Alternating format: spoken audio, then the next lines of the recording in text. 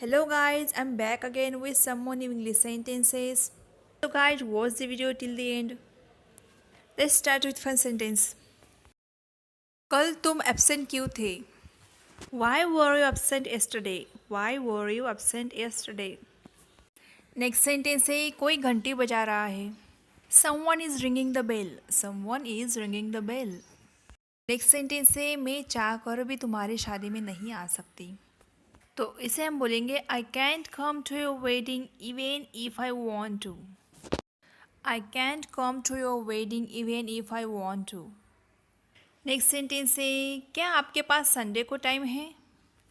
Do you have time on Sunday? Do you have time on Sunday? आपको अपना वादा निभाना चाहिए. You should keep your promise. You should keep your promise. या फिर ऐसा बोलना हो अपने वादे से पीछे मत हटो, तो इसे हम बोलेंगे don't back down on your promise. Let's move on the next one. उसके साथ शादी करना मेरी बेवकूफ़ी थी. It was foolish of me to marry him. It was foolish of me to marry him. बाहर बारिश हो रही है, छाता ज़रूर लेके जाना. It's running outside, be sure to take an umbrella. It's raining outside, be sure to take an umbrella. मैं उसके फ़ोन का इंतज़ार कर रही हूँ. I am waiting for a call. I am waiting for a call. Next sentence है उसका मुंह बंद करो. Shut her mouth. Shut her mouth. Next sentence है वह चुगलखोर है. चुगलखोर को इंग्लिश में बोलते हैं backbiter. She is a backbiter. She is a backbiter. मैं उसके साथ जा रही हूँ. I am going with her. I am going with her.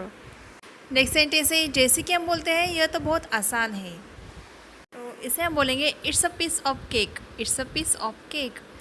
या फिर कई बार हम ऐसा भी बोलते हैं ये तो मेरे लिए बाएं हाथ का खेल है, तो हम इससे कुछ ऐसा बोलेंगे this is as easy as ABC for me. This is as easy as ABC for me. तो चलिए फ्रेंड्स देख लेते हैं. मुझे एक कमेंट आए थे कि ma'am that's when, that's how, that's what, इनका हिंदी में मीनिंग क्या होता है. तो चलिए देखते हैं इन कंजंक्शंस का हिंदी में मीनिंग कुछ एग्जांपल्स के साथ. फर्स्ट है दैट्स व्हाट, और इसका हिंदी में मीनिंग होता है यही तो, वही तो, यही बात तो, या फिर वही बात तो. जैसे कि हम हिंदी में बोलते हैं यही बात तो मैं कह रही हूँ. That's what I am saying. That's what I am saying. या फिर यही बात तो मैं उससे पूछ रही हूँ, तो आप बोल सकते हो that's what I am asking to her.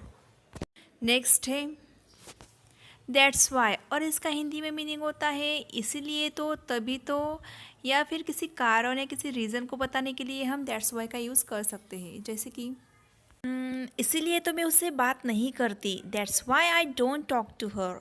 That's why I don't talk to her. या फिर इसीलिए तो मैं वहाँ नहीं गई. That's why I didn't go there. That's why I didn't go there. Next है दैट्स व्हेन, और इसका यूज़ टाइम इंडिकेट करने के लिए होता है. जैसे तभी तो, उसी वक्त तो, तभी. जैसे कि तभी तो मैं तुमसे मिली थी. That's when I met you. That's when I met you. या फिर तभी तो उसने मुझे फ़ोन किया. That's when he called me. Next है दैट्स हाउ, और इसका मतलब होता है ऐसे ही, इसी तरीके से, इसी मैनर से. जैसे मैंने ऐसा ही तो किया. That's how I did it. या फिर वो ऐसा ही बोलती है. That's how she speaks. फिर ऐसे ही तो मैं जाती हूँ. That's how I go. So guys, that's all for today.